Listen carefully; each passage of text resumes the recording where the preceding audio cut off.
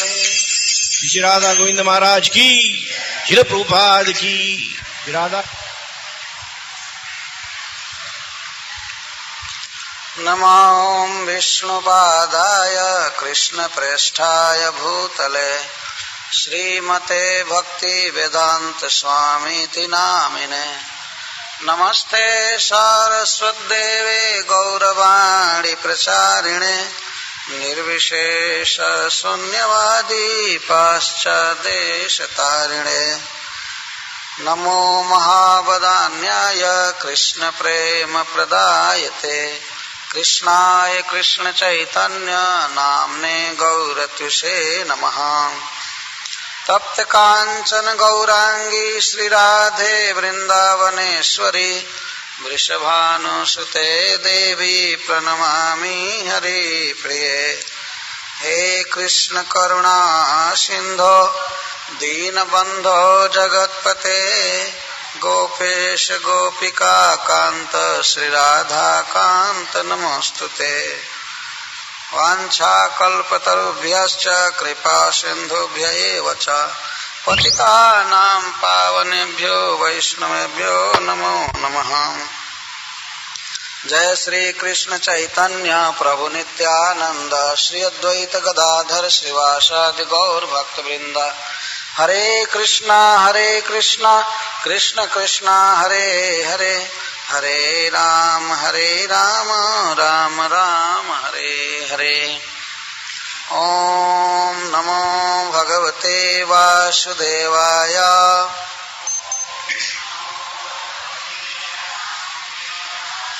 ओम नमो भगवते वासुदेवाय।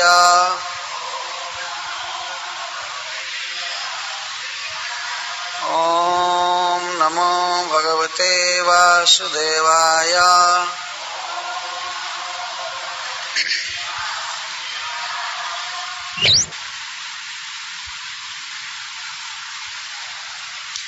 श्री शुक उवाच एकदा गृहदासीषु यशोदानंद गेहिनी कर्मांतर्नियुक्तासु निर्ममन्थ स्वयं दधि।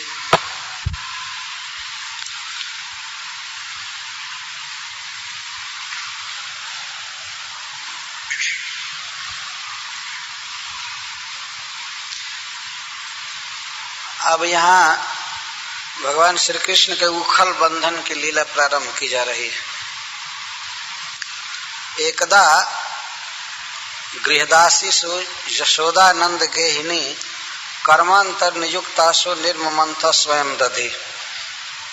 एक बार माँ यशोदा अपने घर की दासियों को दूसरे कार्य में लगाकर स्वयं दही मथने लगी, स्वयं दधी मथने लगी।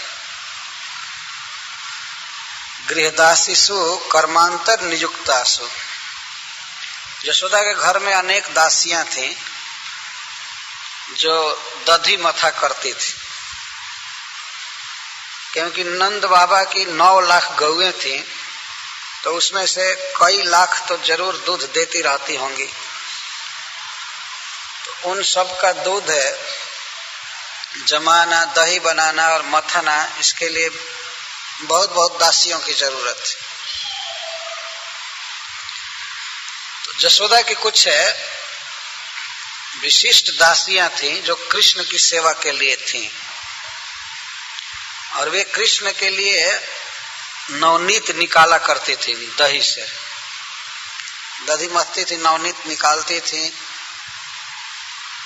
तो माँ यशोदा के पास जब अन्य घरों से बार बार कंप्लेन आ रहा था कि कृष्ण हमारे घर में चोरी किया, हमारे घर में चोरी किया, हमारा दही खा गया, माखन खा गया, तो यह सुनते सुनते माँ यशोदा के मन में एक शंका उदित हुई कि हो न हो हमारे घर का माखन अच्छा नहीं होता है, इसी से कृष्ण दूसरे के घर में जाता है। माँ के मन में ये शंका उत्पन्न हो, हमारे घर का दही अच्छा नहीं जमता है, या मक्खन अच्छा नहीं होता है, इसी से दूसरे के घर में जा रहा है, नहीं तो हमारा बच्चा दूसरे के घर में क्यों जाएगा। माँ को यह पता नहीं था कि उनका बच्चा दूसरों के प्रेम के कारण जाता है, माखन के कारण नहीं जाता है। लेकिन सहज ही हितैषणी होने के कारण माँ के हृदय में ये शंका हो गई। तो उसने सोचा कि अपने हाथ से स्वयं ही दही जमा करके और खूब सुंदर माखन निकाल करके खिलाऊंगी, और रोज ऐसा करूंगी, प्रतिदिन ऐसा करूंगी, तो इससे हो सकता है मेरे बच्चे की चोरी छूट जाए, वो दूसरे के घर में चोरी न करे। तो माँ यशोदा एक दिन स्वयं दही मथने लगी। निर्ममंथ स्वयं दधी, स्वयं दधी निर्ममंथ, स्वयं दही मथने लगी। यशोदा एक रानी है, एक रानी के लिए दही मथना ये स्वाभाविक काम नहीं है। लेकिन नंद महाराज की गेहिनी नंदरानी होने के बावजूद भी ये दही मथने लगी। एकदा, संस्कृत में दा का अर्थ होता है समय, काल। तो सर्वदा, एकदा, जदा, कदा। दा माने समय,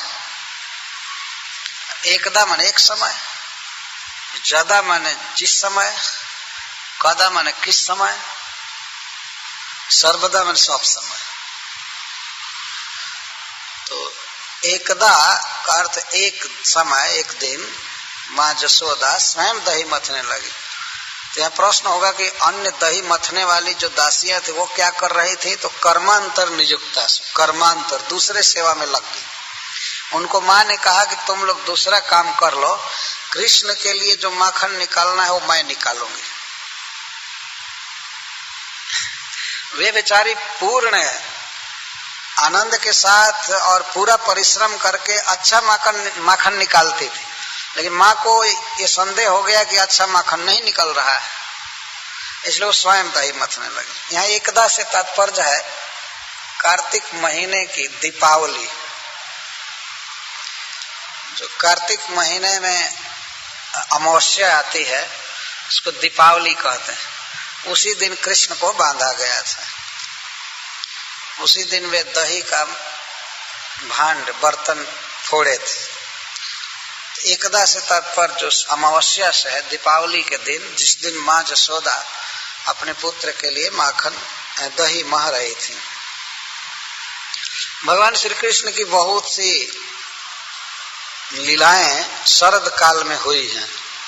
रास लीला भी शरद काल में, गोवर्धन धारण भी शरद काल में, उखल बंधन शरद काल में, चीर हरण तो खैर हेमंत काल में हुआ था।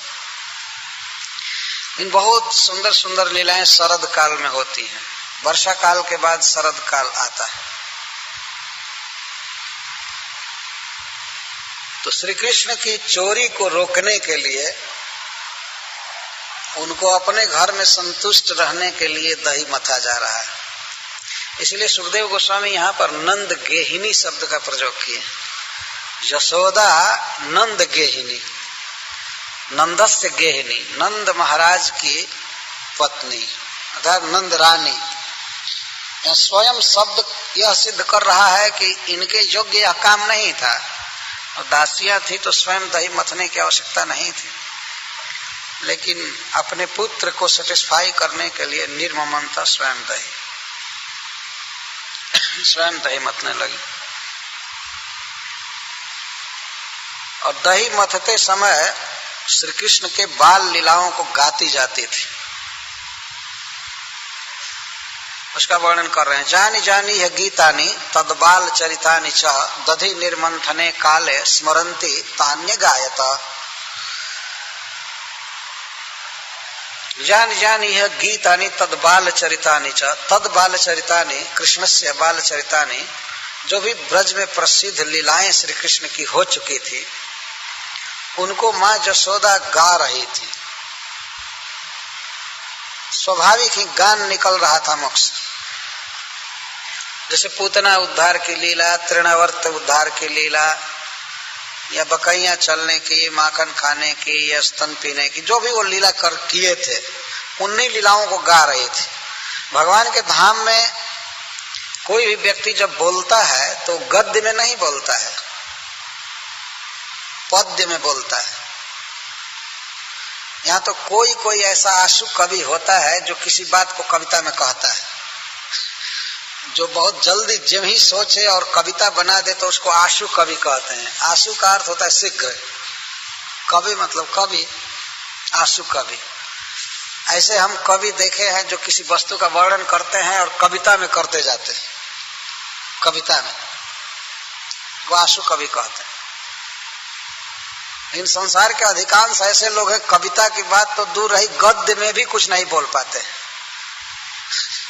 बड़ा मुश्किल है इस संसार में। लेकिन भगवान के धाम में प्रत्येक व्यक्ति जो भी बात बोलता है तो काव्य में बोलता है। कथा गानम नाट्यम गमनम अपि, गोलोक में जो चलना है वो नाटक जैसा होता है, नाचने जैसा, नटनम। भगवान के धाम में कोई व्यक्ति चलता है तो नाचते हुए चलता है, क्योंकि वहां कोई दुख नहीं है, आनंद में रहता है मनुष्य, झूम झूम कर चलता है। और इस संसार में आदमी चलते समय, खाते समय, पीते समय अपने सिर पर भार उठाए रहता है चिंता का। वो नाच नहीं सकता, गा नहीं सकता। और इस जगत में हम लोग देखे हैं कि जब कोई व्यक्ति आनंद में होता है तो कुछ गुनगुनाने लगता है, गाता है या नाचता है।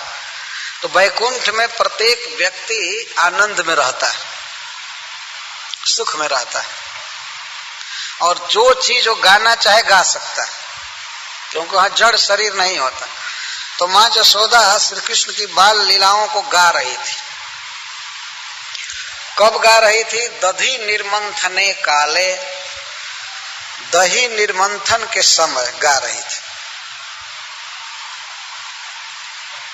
इसके द्वारा एक साधन का संकेत है कि यदि मनुष्य को भगवान का कीर्तन करने का समय न मिले तो अपना काम करते समय ही करे। हरे कृष्णा कृष्ण कृष्णा हरे हरे, हरे राम राम राम हरे। तो माँ यशोदा भगवान कृष्ण की सेवा करते समय गा रही, स्मरंती तानी अगायता, स्मरण कर रही थी मन में और गा रही थी। दधी निर्मंथने काले, बड़ा सुंदर शब्द है। हम लोगों के भी जीवन में बहुत बहुत कार्य हैं, तो काम करते समय भी गा सकते हैं। सभी कार्यों के समय तो गाना कठिन होगा कोई किसी ऑफिस में होगा, कहाँ होगा, सब समय नहीं गा सकता है। लेकिन कुछ कार्य ऐसे होते हैं जो कार्य के समय भी भगवान का जस गाया जा सकता है, ये गाना चाहिए। तो माँ के स्वरूप का वर्णन करते हैं, उसका स्वरूप कैसा है। तो सबसे पहले वर्णन करते हैं, क्षौमम वासः पृथु कटि तटे बिभ्रति। क्षौमम रेशमी लहंगा पहनी हुई है। ब्रज की स्त्रियां आज भी दो वस्त्र पहनती हैं, एक को लहंगा कहते हैं और एक को ओढ़नी कहते हैं। ओढ़नी ऊपर ओढ़ती है, और एक लहंगा होता है, बहुत लंबी साड़ी होती है, उसको चुन करके पहनती है। आज भी ब्रज में स्त्रियां ऐसे पहनती। तो उसको क्षौमम वास पृथु कटि तटे, पृथु कटि तटे विशाल नितंबों पर माँ यशोदा लहंगा पहनी थी। और विभ्रति सूत्र नद्धम, और सूत्र से, जिसको आज के युग में बेल्ट कहते हैं लोग, वो बांध ली थी मतलब इसको कहते हैं कमर कस कर तैयार हो जाना। भगवान की सेवा के लिए यशोदा बिल्कुल तत्पर थी, जीवन में आलस्य बिल्कुल नहीं। और यह भोर का समय था, सवेरे का समय, भोर, अभी सूर्योदय नहीं हुआ था। उसी समय यशोदा उठकर कृष्ण के लिए परिश्रम कर रही, दही मात रहे थे कि लाला जगेगा तो जगते ही उसको ताजा ताजा माखन खिलाऊंगी, ये सोच करके भोर में वो मत रही थी। तो रेशमी वस्त्र इसलिए पहनी थी कि रेशमी वस्त्र शुद्ध माना जाता है, कोई इस कार्य में कमी न रह जाए, इसके लिए भी वो वस्त्र पहने। सूत्र नद्धम, बहुत कड़ा बांध करके, ये करधनी से बांध करके। पुत्र स्नेह स्नुत कुछ जुगम जात कंपम च शुभ्रु, और माता यशोदा के दोनों स्तन हिल रहे थे और उनसे दूध चुचुआ रहा था, दूध चू रहा था।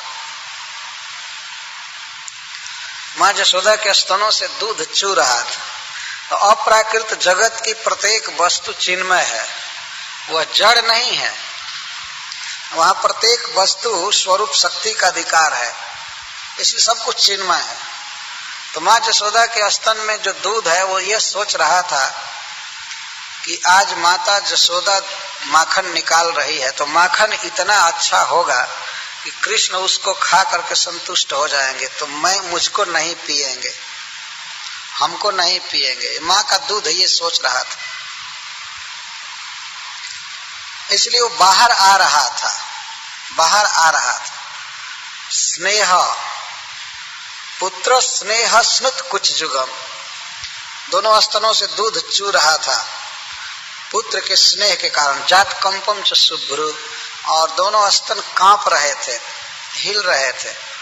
दही मथने में माँ यशोदा तन्मय थी।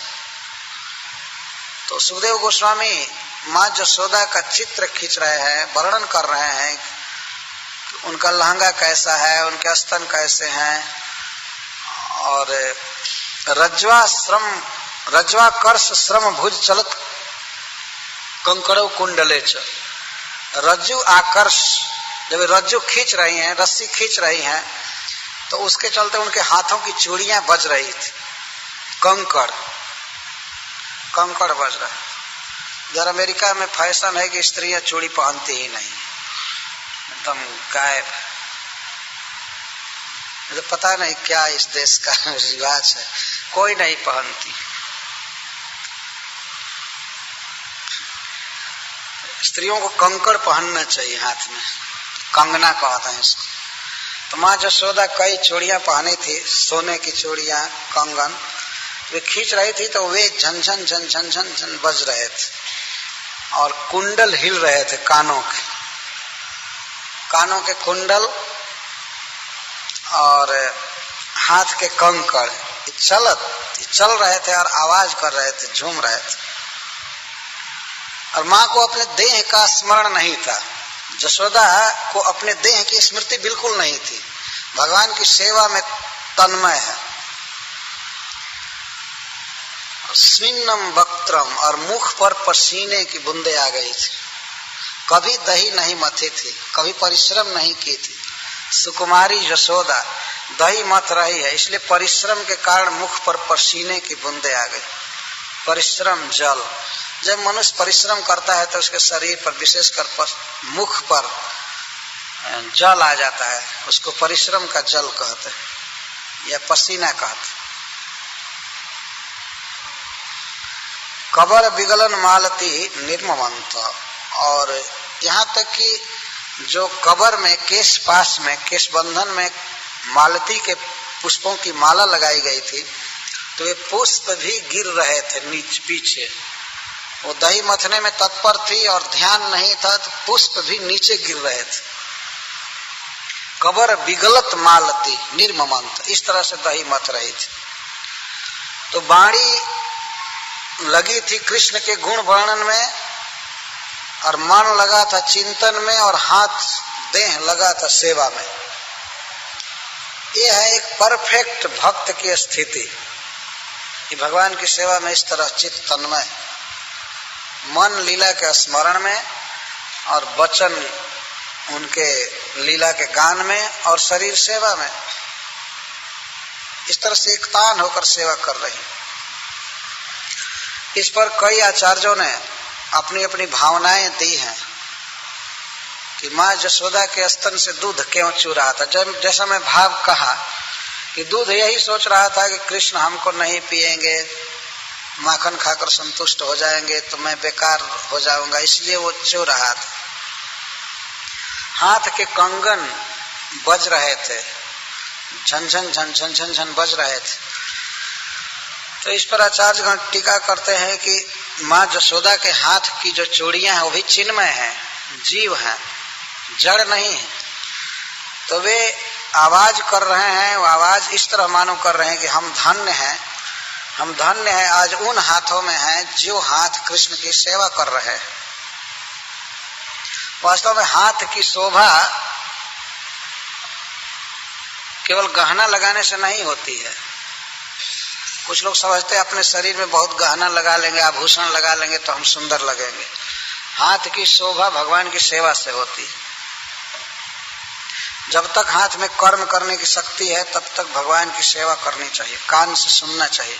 तो कानों के कुंडल झूल रहे हैं तो वे भी अपने को धन्य कह रहे हैं कि आज हम उन कानों में हैं जो कान, जो श्रवण कृष्ण लीला का श्रवण कर रहे हैं, कृष्ण लीला सुन रहे हैं, सर्व बधाई दे रहे हैं।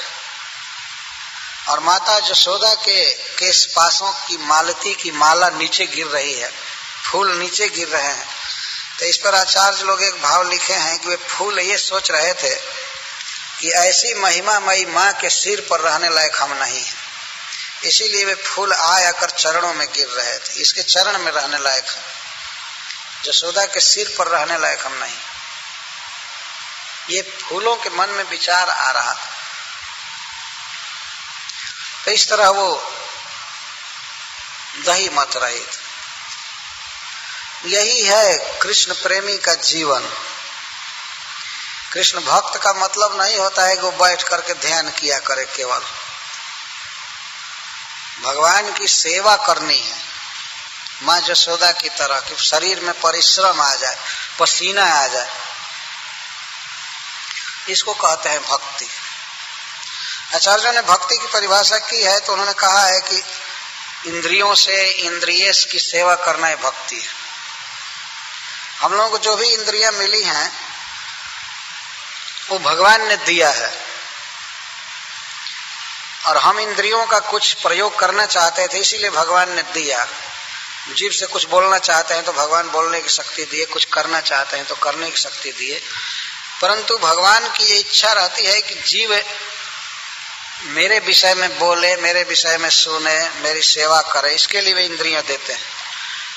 लेकिन हम लोग तो इस बात को जानते भी नहीं है कि हमको इंद्रियां कौन दिया है, ये कोई पता नहीं, जानते भी नहीं। यह बहुत भारी मूर्खता है वास्तव में। हमको देह दिया गया है लेकिन हमको पता नहीं है कौन दिया है। और भगवान के बनाए हुए यंत्र में से यदि कोई खराब हो जाए तो इस संसार में अब तक बनाने की शक्ति नहीं है।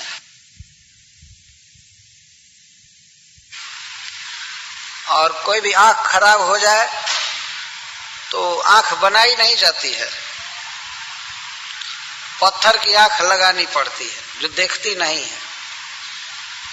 देखने में कुछ लोगों को भ्रम हो जाता है कि ये भी आंख है, लेकिन वो आंख काम नहीं करती। मनुष्य बना नहीं सकता कुछ भी। भगवान की बनाई हुई आंखें हैं, भगवान का बनाया हुआ कान है, हाथ है, तो भगवान की सेवा के लिए बनाया गया। ऐसा नहीं कि हमको भगवान ने दे दिया और हम कुछ भी खाएं, कुछ भी बोले, कुछ भी सुने। तो भगवान के भक्तों द्वारा यह साधन का संकेत किया गया।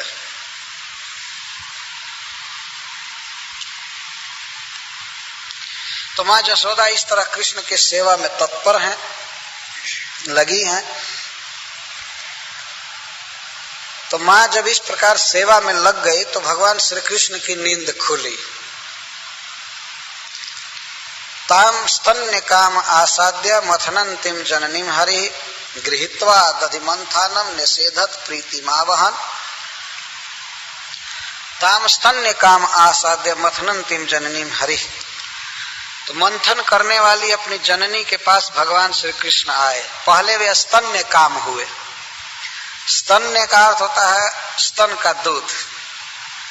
श्री कृष्ण को इच्छा हो गई माँ के दूध को पीने की, स्तन का दूध पीने की। वो रोज पीते ही थे, जगे और जगते ही भूख लग गई।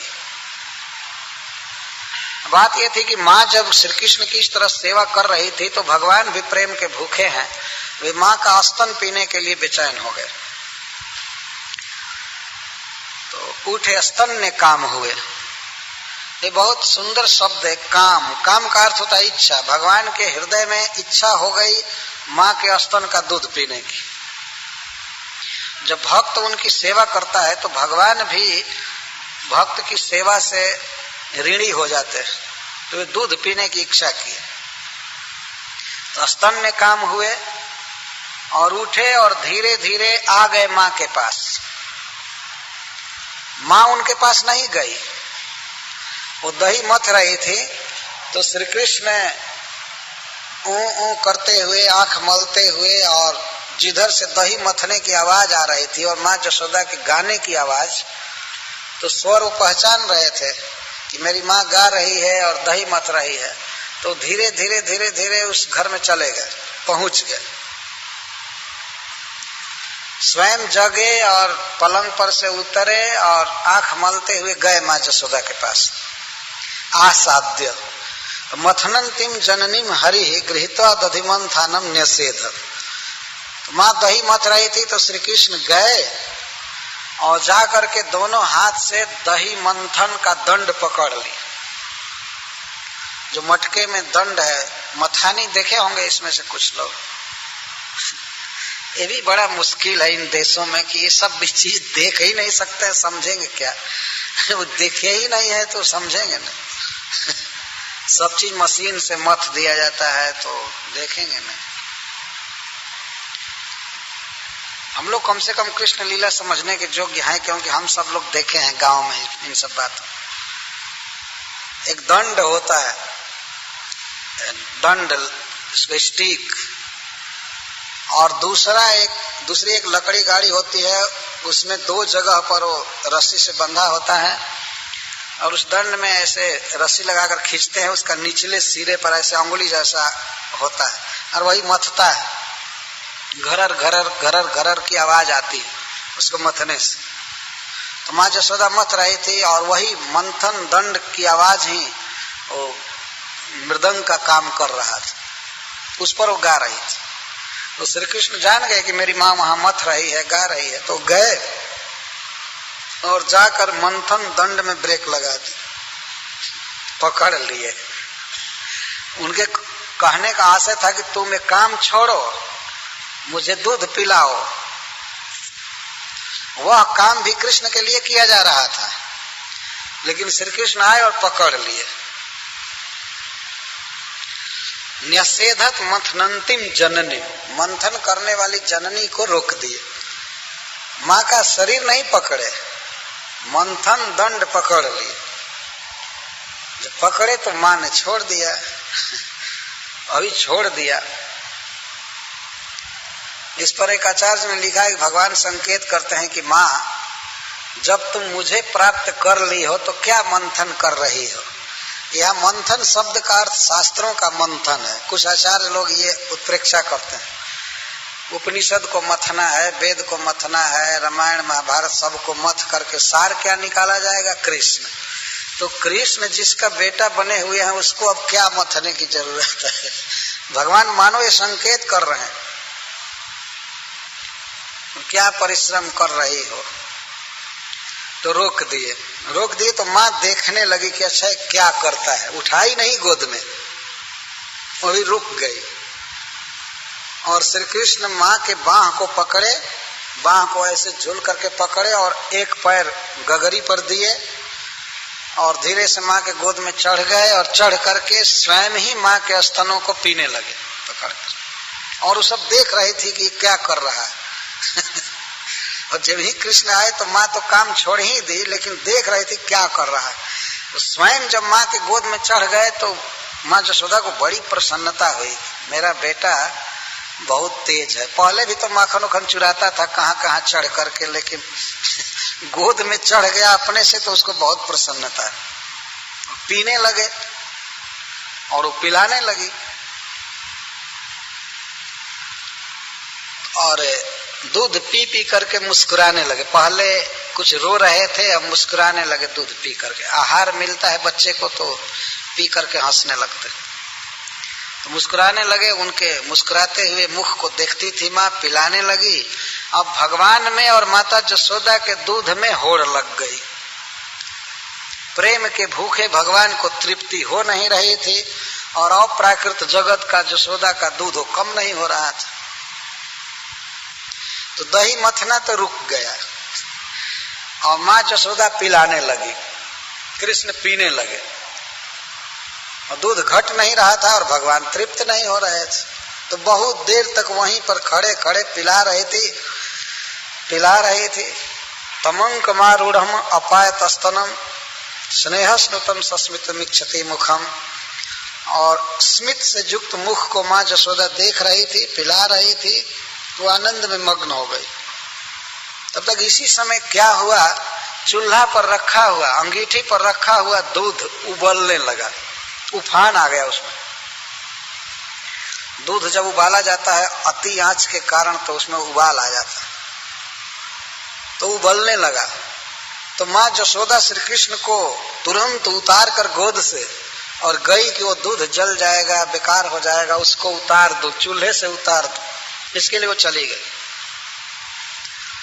तो अप्राकृत जगत का, वैकुंठ जगत का जो दूध है वो भी चिन्मय है। तो दूध बेचारा अग्नि में जल जल कर तपस्या कर रहा था कि श्री कृष्ण के होठों का स्पर्श पाकर के मैं धन्य हो जाऊंगा, श्री कृष्ण मुझे पिएंगे। लेकिन जब वह दूध देखा कि कृष्ण तो माँ जसोदा का दूध पी रहे हैं तो इनकी भूख बुझ जाएगी, तो हमको ये नहीं पिएंगे, तो मैं तो व्यर्थ ही जल जल कर मर रहा हूँ, तप कर रहा हूँ, हमारा क्या यूज होगा। तो वो सोचा कि माँ के सामने ही आत्महत्या कर लूं। वो दूध सोचा कि आग में कूद करके मर जाऊं। ये कोई जड़ जगत का दूध नहीं है कि उसमें कोई विचार नहीं है। वो दूध इस प्रकार से विचार किया कि मैं अग्नि में जल जल कर तप कर रहा हूं, तो मैं किस काम में आऊंगा। ये केवल अपने माँ का दूध पिएंगे तो मैं मर रहा हूं इस अग्नि पर, क्या होगा मेरा। तो माँ के हृदय में दया उत्पन्न कराने के लिए, आत्महत्या के लिए चल दिया, उफान आ गया। माँ देख ली, माँ की दृष्टि पड़ गई, तो माँ ने सोचा कि अपने छाती का दूध तो अपने पास ही है, ये तो खराब होने वाला नहीं है। ये कृष्ण के लिए पद्मगंधा गाय का दूध औंटा जा रहा था, तो उसको तो बचा लो, कुछ देर के बाद कृष्ण उसको पिएगा। तो माँ कृष्ण को छोड़ दी। कृष्ण पी रहे थे, छोड़ना नहीं चाहते थे, लेकिन छुड़ा करके जमीन पर रख करके और दौड़ी। वो गई तो जब ही वो जा रही थी तभी दूध शर्म के मारे नीचे बैठ गया, उसका उफान बंद हो गया। दूध ने बाद में सोचा कि अरे मैं माँ के प्रेम सेवा में बाधा दिया, कितना सुखी थी, लेकिन मैं उसकी सेवा छुड़ा दिया। तो वो शर्म से नीचे आ गया और माँ ने देखा कि दूध औंटा जा चुका है, तो चूल्हे से उतार करके नीचे रख दी। यह प्राकृत जगत। नंद बाबा के यहाँ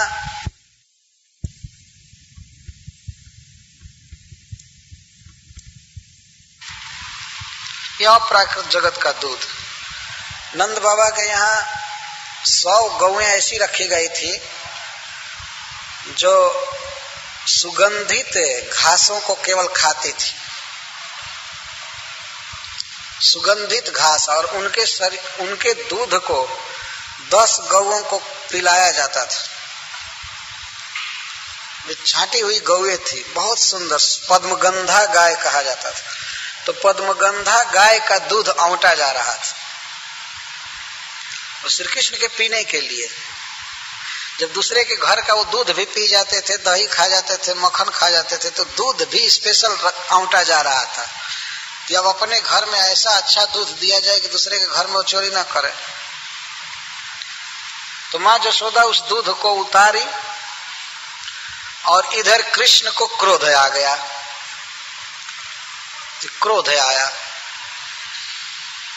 क्रोध आ गया कि ये क्यों मुझे बिना तृप्त किए और चल दी। मेरा कोई ध्यान नहीं रहा, मैं अपना धाम छोड़कर इसके गोद में आया हूं, ये मेरी माँ है और मेरे तृप्ति का ध्यान नहीं रखती है। बताओ, थोड़े से दूध की रक्षा के लिए हमारा तिरस्कार करके चल दी। तो श्री कृष्ण में क्रोध आ गया, संजात रोष, संजात कोप, स्फुरिता धर्म, संदस दधिमंत भाजन भीत्वा। क्रोध उत्पन्न हो गया। पहले आप देखिए कृष्ण के लिए कहा गया काम उत्पन्न हो गया, स्तन्य काम।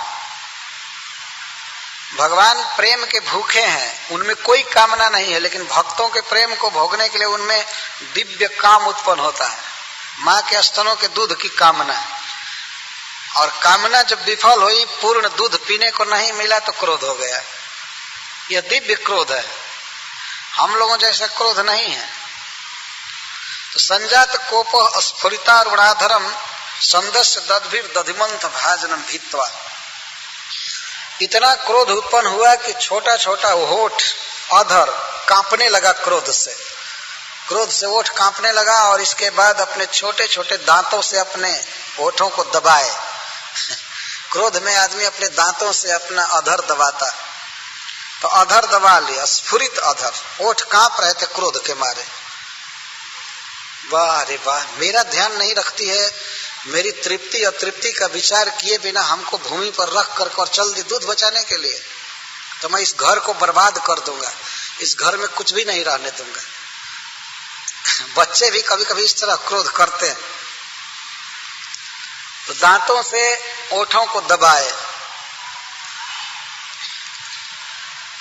लाल लाल ओठ थे, स्फुरित अरुण अधरम, अरुण अधर को दद भी दांतों से दबाए, और वहीं पर धीरे से देखने लगे कि कोई पत्थर है कि नहीं।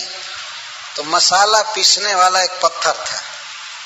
देख, माँ उधर गई है, बहुत जल्दी में वो उठाए और बारीकी से नीचे मार दिए उसमें, कि आवाज न आने पावे, माँ न सुने। बड़ी कुशलता पूर्वक आर्ट के साथ मारे और वो फूट गया। जो दही मथा जा रहा था वो फोड़ दिए। जो दही इनके लिए मथा जा रहा था, कृष्ण के लिए मथा जा रहा था, ये फोड़ दिए भीतवा। और झूठ मूठ के मिथ्या आंसू आंख में भर करके और गए और बासी माखन खाने लगे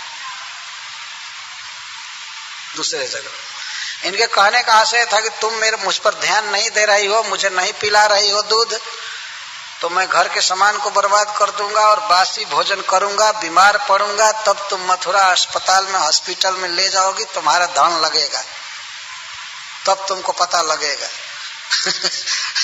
अब मैं बीमार होऊंगा, मानो इस तरह से दिखा रहे थे।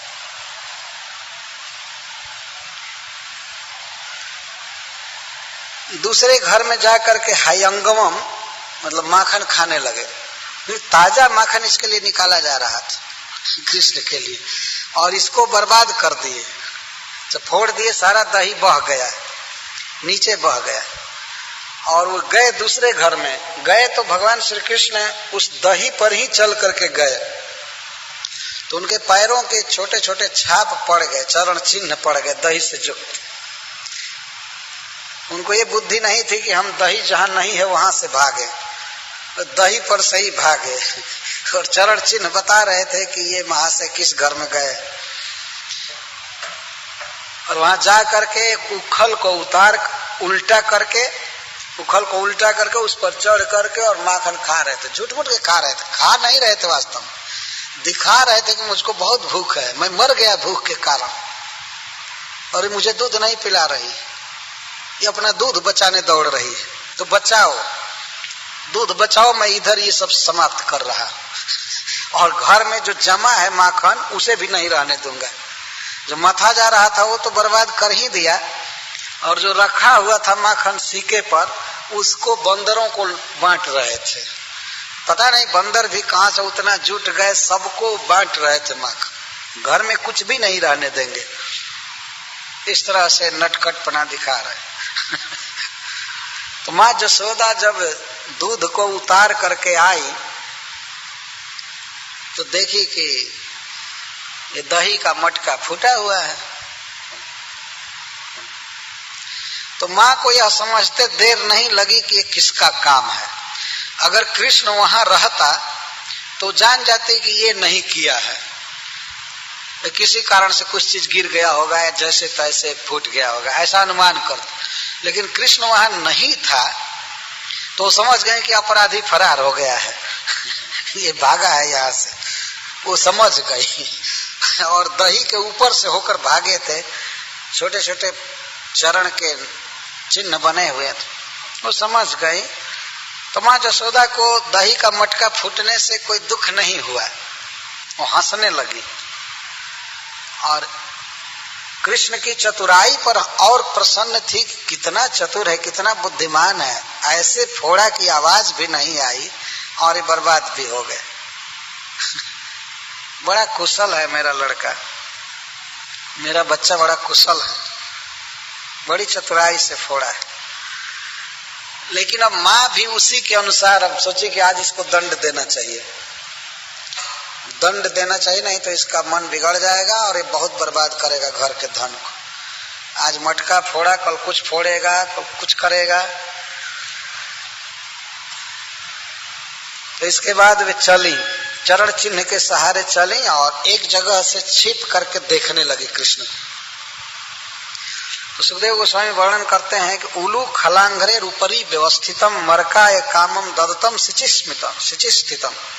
माँ जसोदा ने देखा छिप करके कि उखल को उल्टा कर लिया है और उसके ऊपर चढ़ गया है और छीके पर, शिखर पर रखे हुए माखन को बंदरों को दे रहा है। और कितना कामम जथेष्टम, जितना जो भी बानर खा सकता था उतना दे रहा है, उतना दे रहा, और वो भी सब खा रहे थे जुट जुट करके बानर।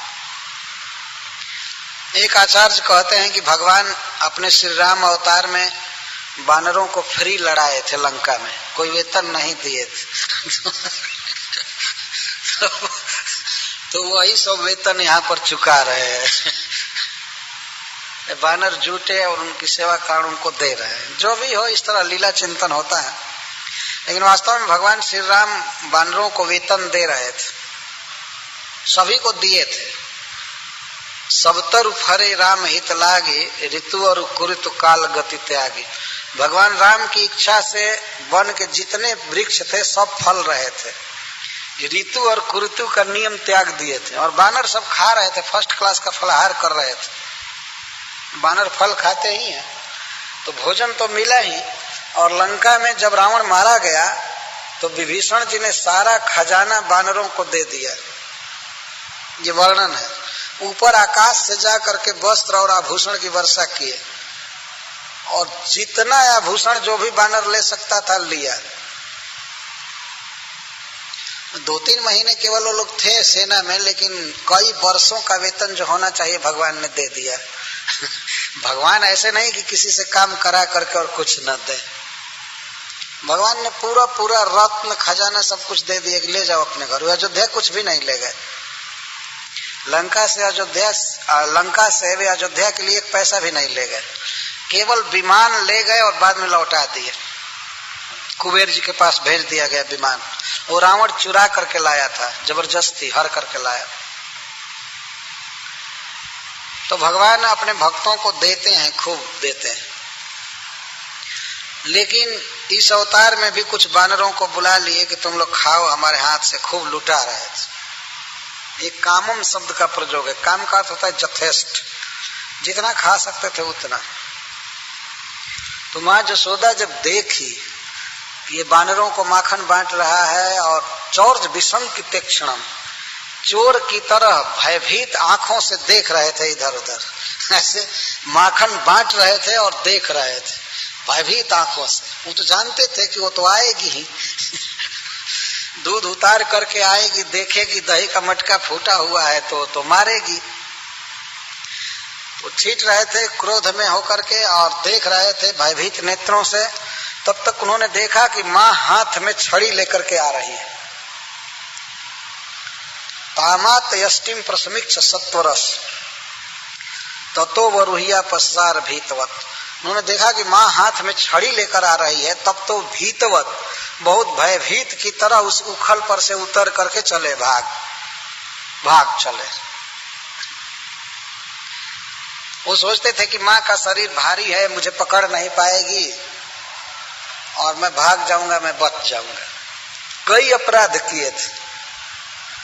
पहला अपराध तो दही का मटका फोड़ना, ये अपराध है। दूसरा अपराध बानरों को माखन बांटना, आदमी अपने घर में माखन दही दूध रखता है तो सोचता है बिल्ली न खाने पावे, बानर न खाने पावे, रक्षा करके। और अपने घर का ऐसा बदमाश लड़का निकला कि वो सारा धन बांट रहा है बानरों को। ये भी एक अपराध था।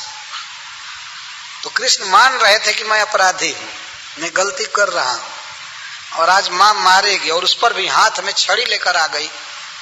तो प्रकट विश्वास हो गया कि अब तो बिना पीटे छोड़ेगी नहीं। तो भागे। जब वे भागे तो मां यशोदा चुपचाप नहीं रह गई, वो भी चली पकड़ने के लिए। कहां भागोगे? ऐसी एक प्रथम लीला हुई थी, कृष्ण भागे और मां पकड़ने के लिए दौड़ी।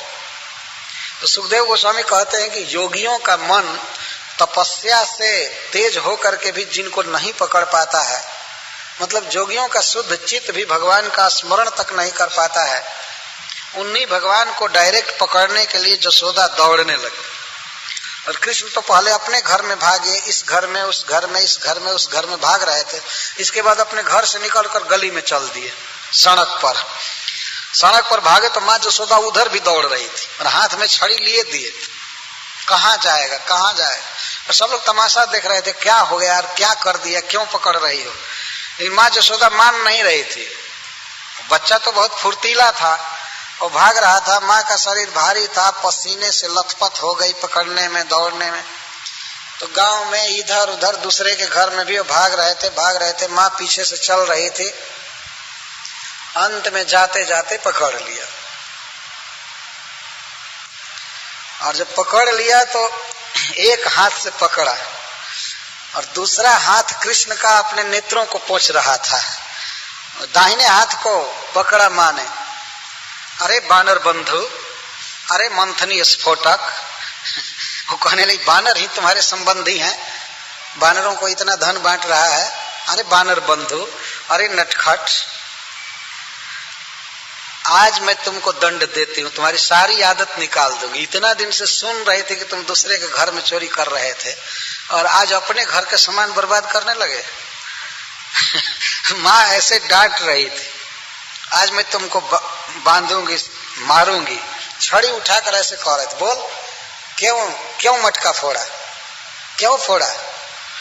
अब श्री कृष्ण रोने लगे, बिल्कुल फफक कर रोने लगे और अपने बाएं हाथ से आंखें मलने लगे। तो आंखों से आंसू निकल रहे थे और आंसुओं से काजल भींग रहा था। तो भींगा हुआ काजल उनके गाल पर इधर उधर सब फैल गया। तो इससे श्री कृष्ण की शोभा और बढ़ गई। सुंदर शरीर पर काजल फैल रहा था, बार बार रो रहे थे और कह रहे थे, अब ऐसी गलती नहीं करूंगा, अब ऐसा अपराध नहीं करूंगा, माँ छोड़ दे, अब ऐसा अपराध नहीं करूंगा। रो रहे थे, खूब रो रहे थे। माँ ने देखा कि बहुत ज्यादा डर गया है तो छड़ी रख दी। जब छड़ी रख दी तब कृष्ण नॉर्मल कंडीशन में आए। अब विश्वास हुआ कि अब नहीं मारेगी तो एक आध तमाचा मारेगी, अब छड़ी से नहीं मारेगी। तो कुछ स्वस्थ हुए। इस प्रकार अपने संपूर्ण अवतारों में, संपूर्ण लीलाओं में भगवान अपराधी के रूप में प्रथम बार खड़े हैं।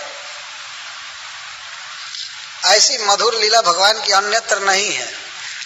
अपराधी बनकर भगवान माँ के पास खड़े हैं और माँ के हाथ में है कि उनको मारे या छोड़े या बांधे। ये है वात्सल्य भाव ब्रज का।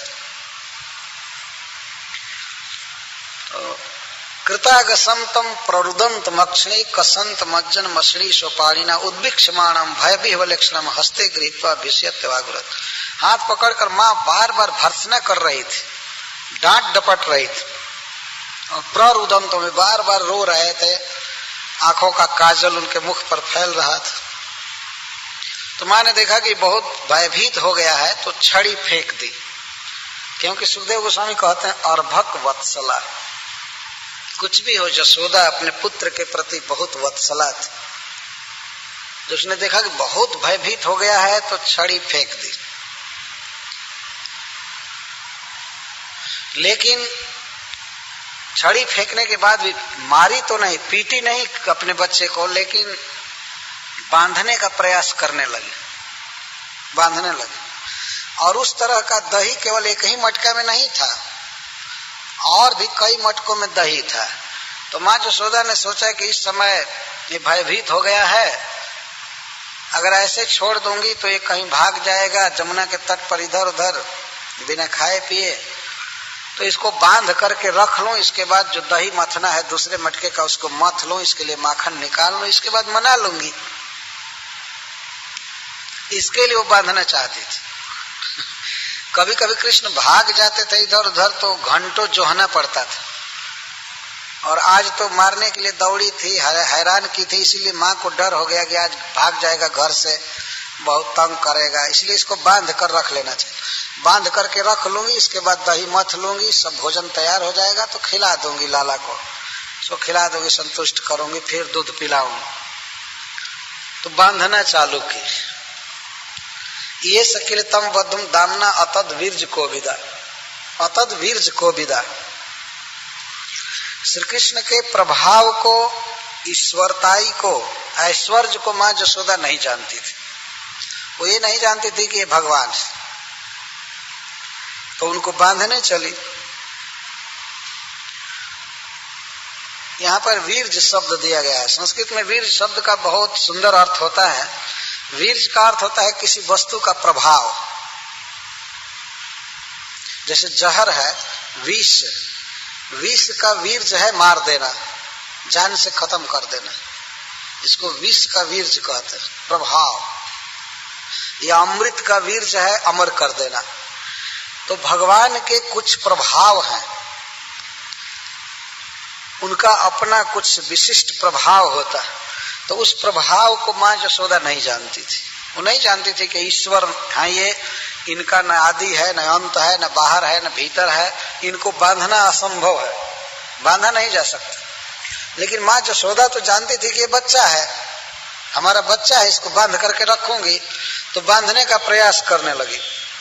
तो सुखदेव गोस्वामी यहाँ एक सिद्धांत बोल रहे हैं, न चांतर न बहिर्जस्य न पूर्वम न पिछा परम, पूर्वा परम बहिश्चांतर जगतो यो जगत च यः, तम मत्वात्मजम अव्यक्तम मर्तलिंग मधोक्षजम, गोपिको लुखले दामना बबंध प्राकृतम जथा। भगवान में अंतः नहीं है, भीतर नहीं है, न बहि न बाहर है। ये भगवान का वर्णन है। हम लोग इस संसार में कोई भी वस्तु अपने अनुभव में देख रहे हैं, सुन रहे हैं, समझ रहे हैं, तो उसका अंतः, उसका भीतर है या बाहरी जरूर है। जैसे हमारा शरीर है तो हमारे शरीर के बाहर भी बहुत कुछ है ना, बाहर ही ज्यादा है। हमारे बाहर हवा है, ये हाल है, पूरा न्यूयॉर्क नगर है, पूरा जगत हमारे बाहर है, और भीतर भी कुछ है, भीतर भी कुछ है। लेकिन भगवान के भीतर कुछ नहीं है, उनमें भीतर ये शब्द प्रयोग ही नहीं कर सकते और बाहर भी प्रयोग नहीं कर सकते। तो कहां से कहां बंधन लगाएंगे? बंधन कहीं से चालू किया जाता है। जैसे माइक का दंड है, तो आदमी यहां से बंधन चालू करे तो यहां आकर के बांध देगा। लेकिन जिसका कोई और छोर नहीं हो, जिसका अंतः नहीं है, जिसका बाहर भीतर कुछ नहीं है, जो सब तरह से पूर्ण है, कैसे बंधन करेंगे? कहां से बंधन लगाएंगे? यह जगत जो हम देख रहे हैं, देखने में लगता है कि कृष्ण के बाहर है, लेकिन सारा जगत कृष्ण के भीतर है, और भीतर उनके कुछ नहीं है। ये भी कहा गया है गीता में। भगवान कहते हैं कि मेरे भीतर सारा जगत है और जगत के भीतर मैं हूं। फिर वे कहते हैं मेरे भीतर कुछ भी नहीं है और मैं किसी के भीतर नहीं।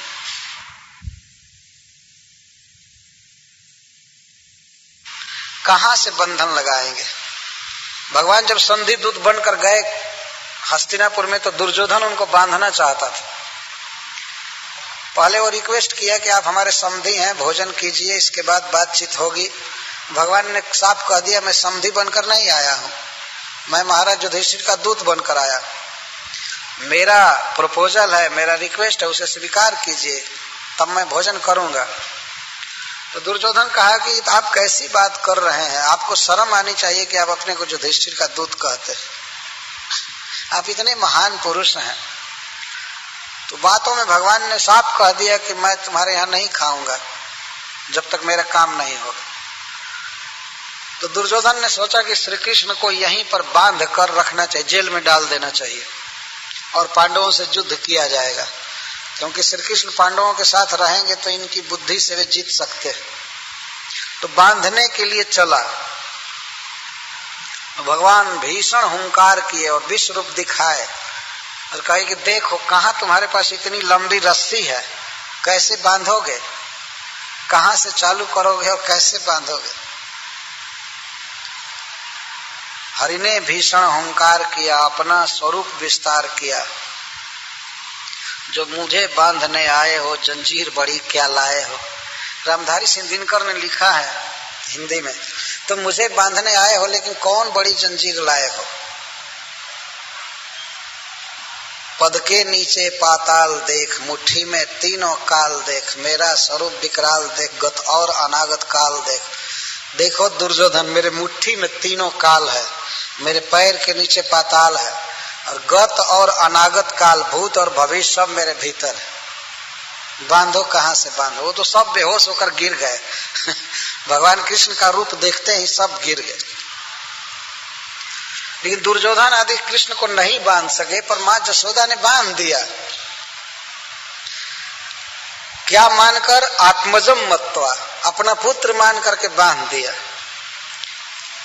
तो भगवान में बाहर भीतर कुछ भी नहीं है, मतलब वे अनंत है, असीम है। तो जब मां जसोदा बांध रही थी कृष्ण को, तो कुछ घटना घटी।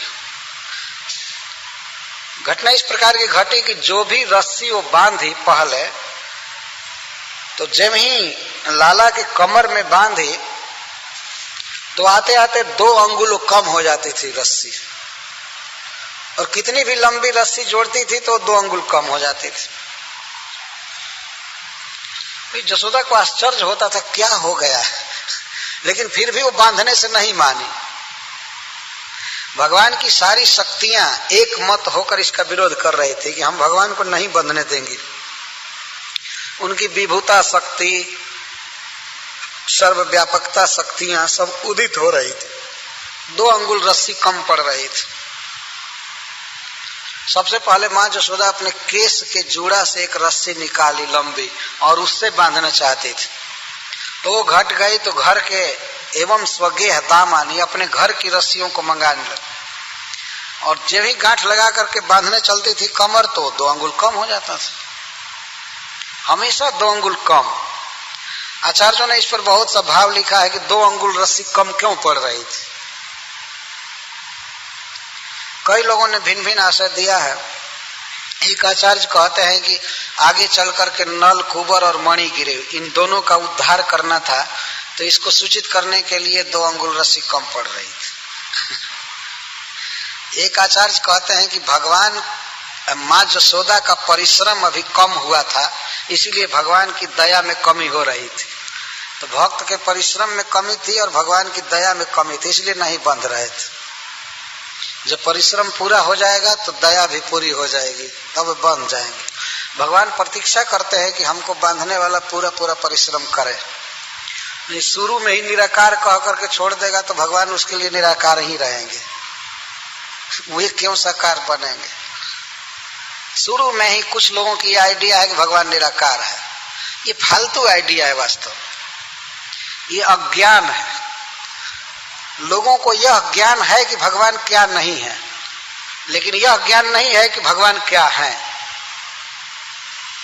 प्रभुपाद जी कहा करते हैं कि in this age people know what is not God. भगवान क्या नहीं है इसको लोग जानते हैं, लेकिन भगवान क्या है इसको नहीं जानते।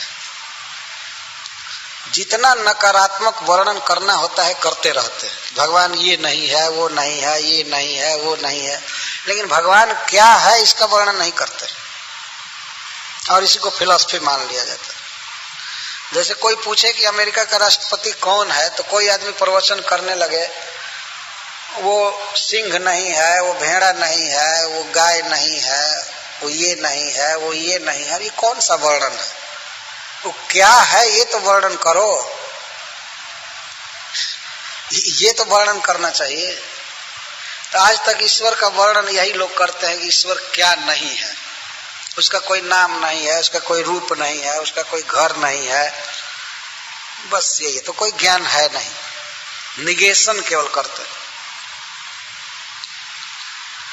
तो भगवान के लिए जो परिश्रम किया जाता है उनको भक्तवत्सल मान करके तो भगवान प्राप्त होते हैं। भगवान अपनी लीला द्वारा ये सब दिखा रहे हैं। तो माँ जसोदा के परिश्रम में अभी कमी हो रही थी, इसलिए एक रस्सी घट रही थी और भगवान की दया उधर उत्पन्न नहीं हो रही थी और 2 अंगुल कम हो रही थी। भगवान ने बताया कि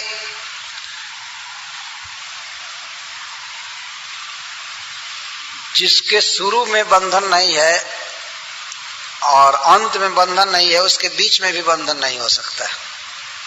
और माँ जसोदा बीच में बांध रही थी, कमर में बांध रही थी। भगवान कई बातों को ये सिद्ध कर रहे थे।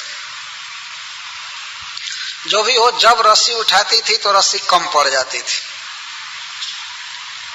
तो अपने घर के सभी रस्सियों को जोड़ दी, फिर भी रस्सी कम पड़ रही थी। अंत में दूसरे के घर से रस्सी मांगने लगी तो गोपियां जुट गई, वहां पर एकत्रित हो गई और कहने लगी कि क्या हो गया है रानी जी, आपके पुत्र के भाग्य में बंधन नहीं लिखा गया है तो छोड़ दीजिए, क्यों हठ कर रही। तो भगवान की सर्वव्यापकता शक्ति कह रही थी मैं बंधने नहीं दूंगी, ईश्वर किसी के बंधन में नहीं आ सकता है। लेकिन माँ जसोदा पसीने से लथपथ हो गई,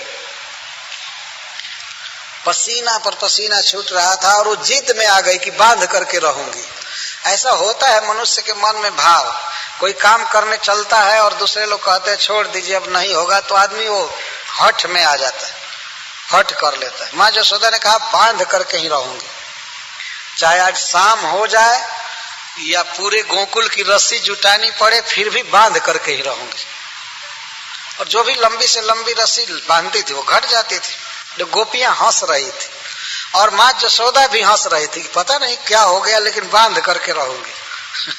अंत में भगवान ने जब देखा स्वमातु स्विन्न गात्राया, मेरी माँ का शरीर पसीना से तरबतर हो गया है और उसके केस के माथ के फूल गिर गए हैं, तो दृष्टवा परिश्रमम कृष्ण कृपया से स्वबंधन है, माँ का परिश्रम देख करके बंध गए।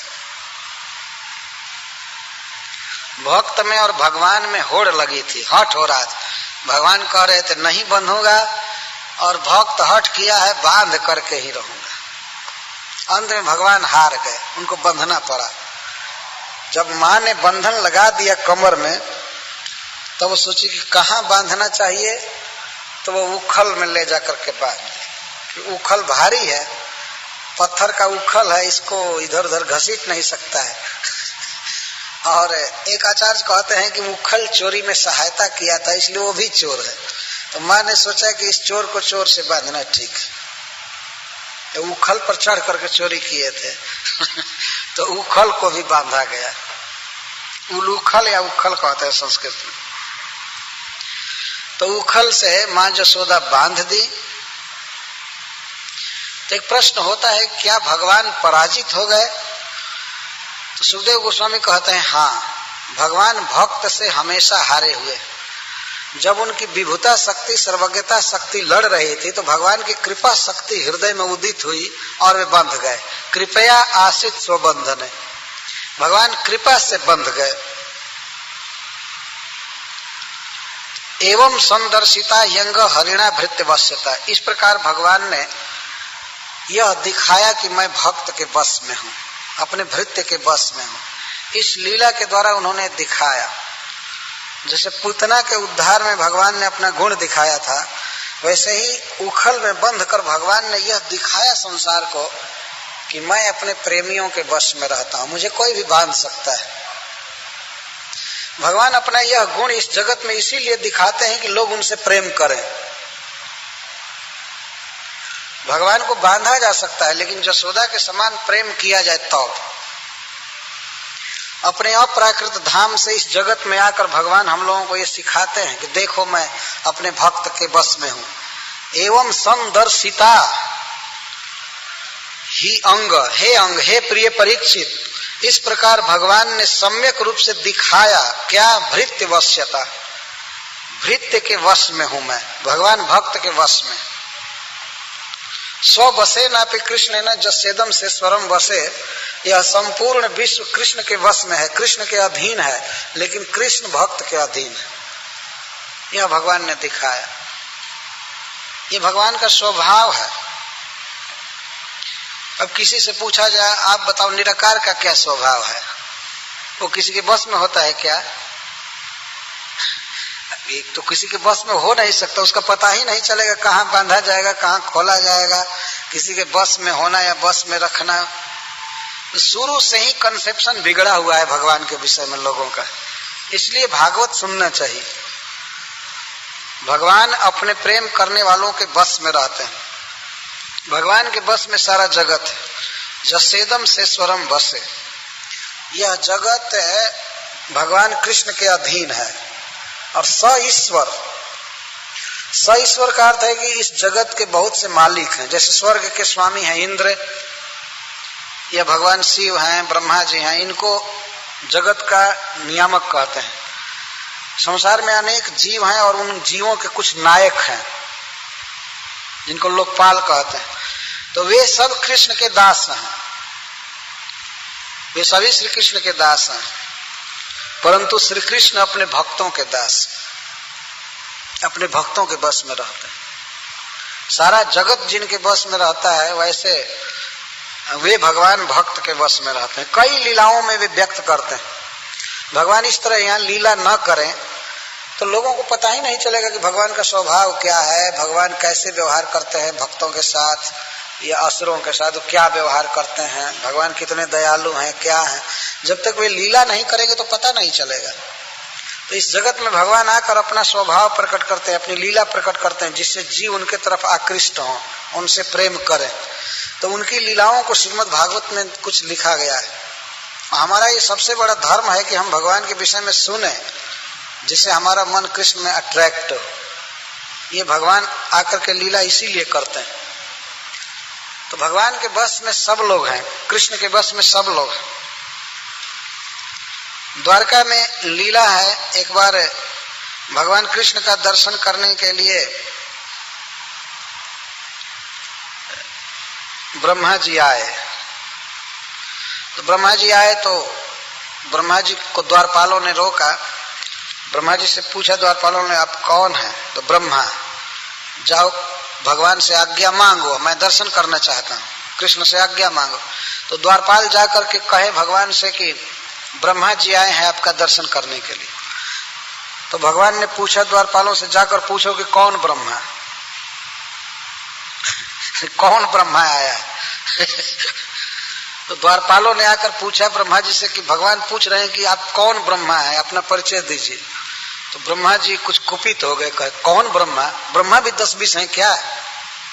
जाकर कह दो कि सनत कुमार के बाप आए हैं, चतुर्मुख ब्रह्मा आए, जाओ कह दो भगवान से। क्या हो गया भगवान को आज, क्यों पूछ रहे हैं कि कौन ब्रह्मा आया ब्रह्मा जी को आश्चर्य हुआ। तो द्वारपाल लोग जाकर कहे कि वो सनत कुमार के पिताजी आए हैं, 4 मुख वाले ब्रह्मा। तो ब्रह्मा जी गए, भगवान को प्रणाम किए कृष्ण। तो भगवान ने पूछा किस तरह से सृष्टि चल रही है, सब ठीक है ना, सब कुछ पूछा। और एक तरफ खड़ा हो गए ब्रह्मा जी। तब तक 8 मुख वाले ब्रह्मा आए, तो 16 मुख वाले आए, 32 मुख वाले, 64 मुख वाले, करोड़ अरब मुख वाले ब्रह्मा सब बढ़ गए। उसी तरह के करोड़ों रुद्र आए, इंद्र आए, चंद्र आए, सूर्य आए। और ब्रह्मा जी उन सब अन्य ब्रह्माओं के बीच में और अन्य रुद्रों के बीच में ऐसे खड़े थे जैसे हाथियों के बीच में खरगोश खड़ा होता है, सशक, रैबिट कहते हैं ना खरगोश को। हाथियों के बीच में खरगोश खड़ा हुआ ऐसे देखता था। तो ब्रह्मा जी आश्चर्य से देखने लगे, रे बाप, एक से एक बड़े ब्रह्मा है, एक से एक शिव हैं, रुद्र हैं, और भगवान श्री कृष्ण सबके ईश्वर। तो सब इनके बस में। इस प्रकार की लीला भगवान द्वारका में किया करते थे। कभी कभी वो खबर भेजते थे, बुलाते थे, इंद्र को बुलाओ, और पूछते थे कैसे शासन हो रहा है, ठीक से स्वर्ग का शासन करते हो ना, सब काम ठीक से चलता है ना। भगवान इस तरह पूछा करते थे। तो कृष्ण के बस में सारा जगत है, लेकिन वे कृष्ण भक्तों के बस में। जब कुछ भक्तों की इच्छा थी कि बीच में कुछ कीर्तन किया जाए 10 मिनट, तो मैं यहाँ रोक रहा हूँ।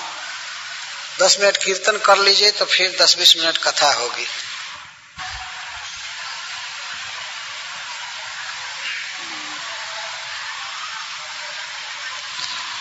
गोविंद हरि गोपाल हरि,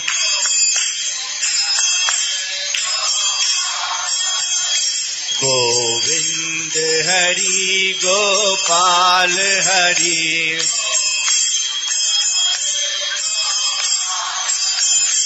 गोविंद हरि गोपाल हरि।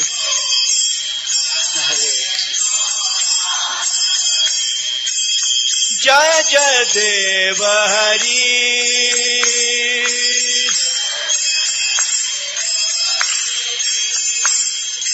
जय जय देव हरि,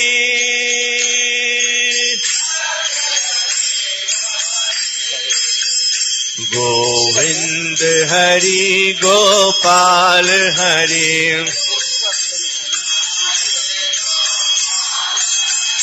गोविंद हरि गोपाल हरि।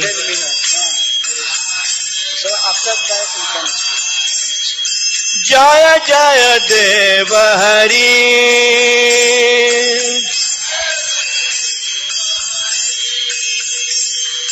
जय जय देव हरि,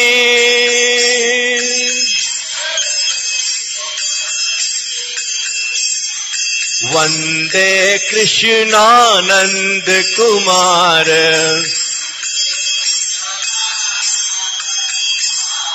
वंदे कृष्णानंद कुमारम,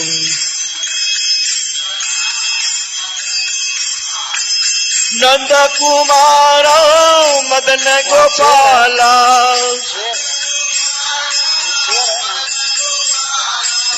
नंद कुमार मदन गोपाला,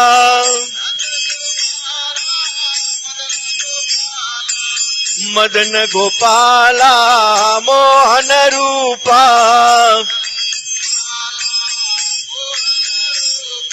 मदन गोपाला मोहन रूपा,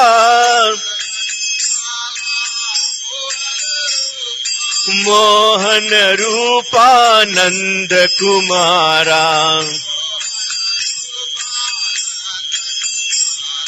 मोहन रूपा नंद कुमारा।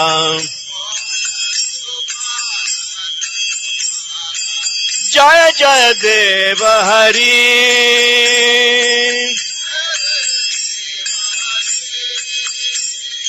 जय जय देव हरि,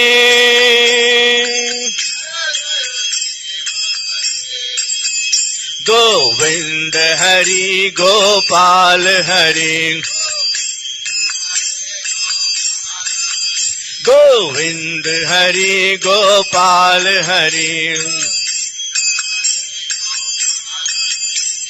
वंदे कृष्णानंद कुमारा,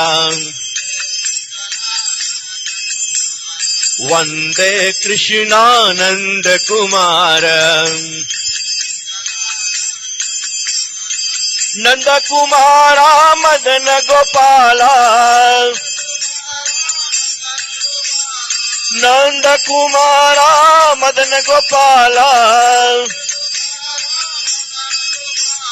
मदन गोपाला मोहन रूपा, मदन गोपाला मोहन रूपा, मोहन रूपा मदन कुमारा, मोहन रूपा मदन कुमारा। जय जय देव हरि,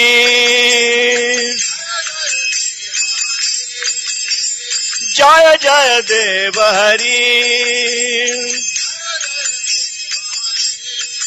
श्री राम हरि श्री कृष्ण हरि। श्री राम हरि श्री कृष्ण हरि। श्री कृष्ण हरि श्री राम हरि। श्री कृष्ण हरि श्री राम हरि। जय जय देव हरि। जय जय देव हरि। जय प्रभु दीन दयाल हरि। जय प्रभु दीन दयाल हरि।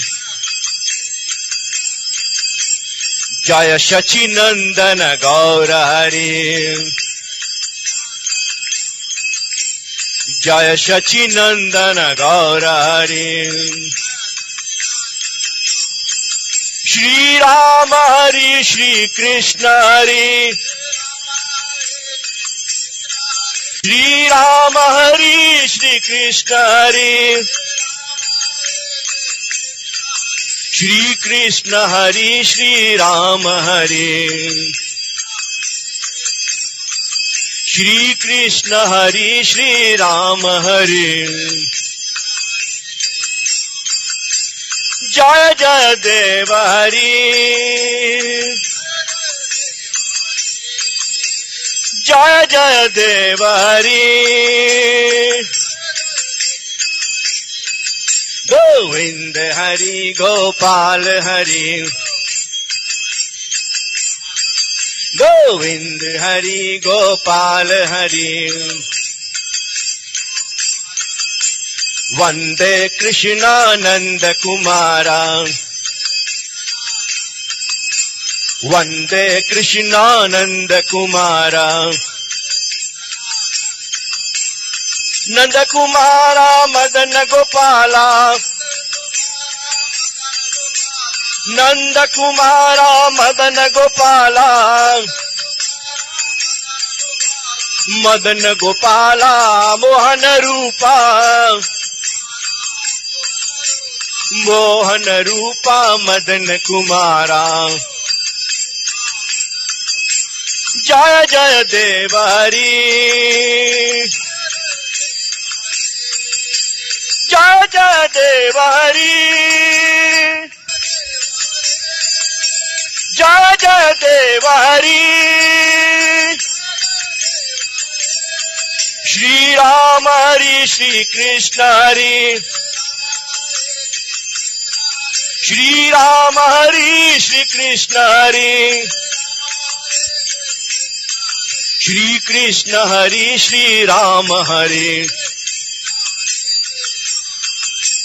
जय जय दीन दयाल हरि।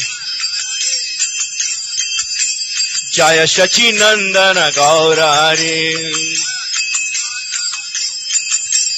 जय शचि नंदन गौर हरि। जय जय देव हरि। जय जय देव हरि। जय जय देव हरि। जय जय देव हरि। जय जय देव हरि।